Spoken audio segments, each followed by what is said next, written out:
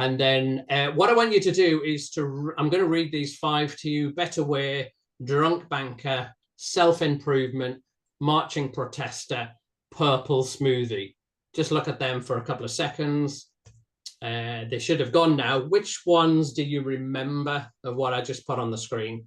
Either speak them out or write them in the chat. Which ones of those do you remember? Purple smoothie. Purple smoothie, drunk banker, purple, purple. Okay. I predicted what you were going to remember. They were my guesses. Drunk banker, marching protester, purple smoothie. Why did you remember those two, and why was I able to predict it?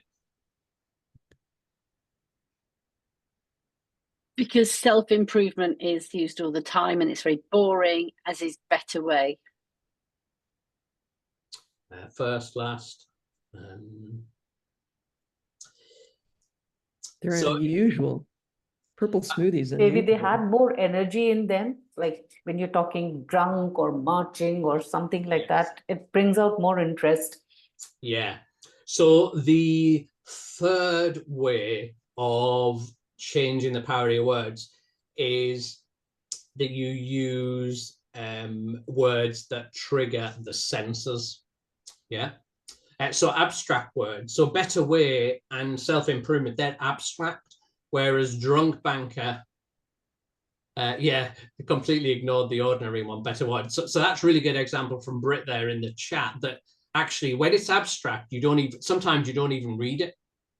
Abstract words we sometimes don't even read because it just goes past us. Whereas when it feeds the senses, so any of the senses, so if you can see it, if you can smell it, if you can taste it, if you can feel it, anything around the senses triggers our brain. Whereas words that are abstract, which tend to be the ones we will naturally use, are the ones that our brain finds very difficult to engage with.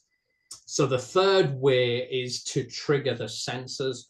And so what happens is when you trigger the senses with your words, actually, it's got something to grab onto in the way that your brain is wired.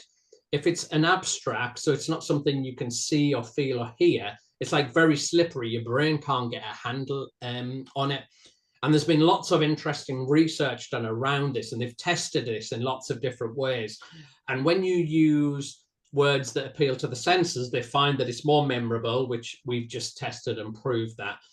They found that when salespeople or customer service agents talk about use phrases that appeal to the senses, that they're more persuasive and sales will go up.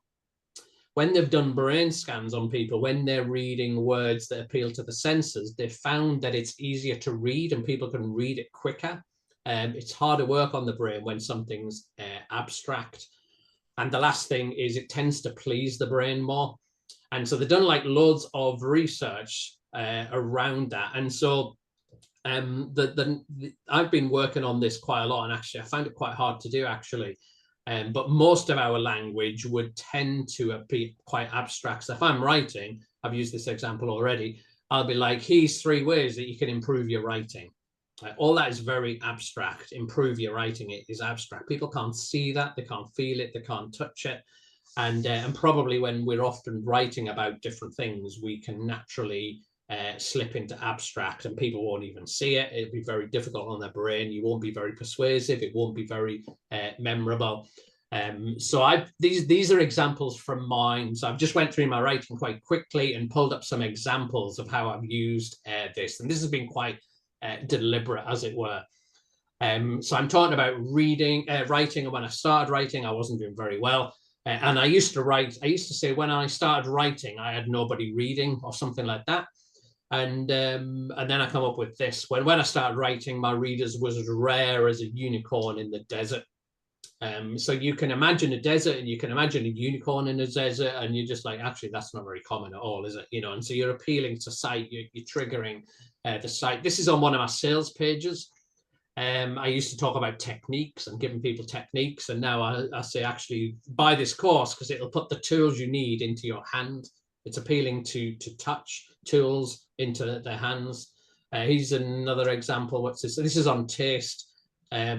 So if you do X, you'll enjoy the sweet satisfaction of or you can appeal to people's sound. Doing this screams at your readers. So sometimes you just need to actually make a little tiny tweak. So the first one, readers are as rare as a unicorn in the desert. That took a bit of effort to craft that. But then the tools you need in your hand, that was just a tweak. I think I talked about, I'll give you the techniques you need, but I changed it to putting the tools in your hand. So what you can do is write down the 5 senses right next to your computer. And when you're writing, that you change the language to think, actually, can people see this? Can they hear this? Can they touch this? Can they taste this? And shifting some of your language to that. This probably, for me, it takes a bit of effort. Other people, that might be very natural. So instead of talking about customer satisfaction, you might talk about making your readers smile, making your customers smile. There's all sorts of ways you could take some of the typical, what you might want to do is take some of the typical abstract concepts that you normally write about in your niche and try to come up with ways of talking about it that appeals to one of the 5 senses. And all the research and evidence is that makes a massive difference. If you write on Medium, one of the advantages of Medium is that you see the highlights, and you see in the comments, sometimes people will quote your sentences. And if you get enough readers, one of the things that's worth doing if you're on Medium is that you can see what people, yeah, you could do smell as well, Britt. I just didn't have an example of that. And yeah, you could use smell. Yeah, when I started, as soon as I started using this and drip feeding this through to my writing, I would see it would get highlighted more and it would get quoted more. So the advantage of Medium, you can see that. You can't do that so much with email and Substack, but I've known that it definitely impacts, and it definitely works.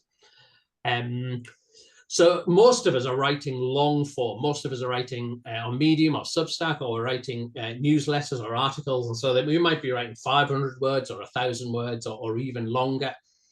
And the problem is, if you applied these techniques to 1,000 words in an article, you're going to take like about 3 months to write it, yeah? Because you're going to go through every sentence. So you don't have time to apply it to everything. And I don't suggest you apply it to everything.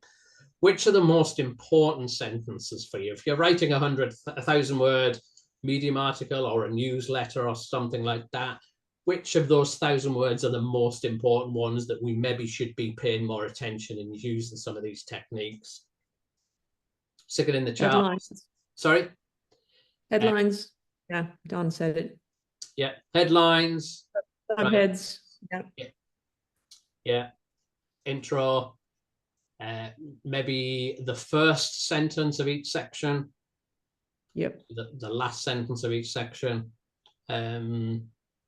Yeah. So I would suggest that what you might want to do is either in your writing, depends how you do it. Probably I would do this in the editing. If you do it too much in the writing, you'll find you'll really slow your writing down. It can be better. You come back to your editing when it's done, and maybe you go through your introduction, or you take your first sentence or your headline or your subheaders, or maybe the first sentence of each section, and you think, right, I'm going to check that and think, is that the strongest, or can I add sensory language to it, or how can I make those words still known but less common? And the difference, I think, between writers who grow and those that don't is writers who grow will spend a month on one technique and apply it. Yeah, writers who don't grow what they will do after this session is they'll go and read some more advice online, and they'll go and read other articles, and they'll watch YouTube on how writing, and they'll watch this and that. And I guess part of what I've tried to do here is drilling down is give you 3 different ways of doing it. And you don't have to use them all, but I would encourage you maybe to take one and like apply it to everything that you write for a month, to every introduction or every headline or subheads or whatever it might be.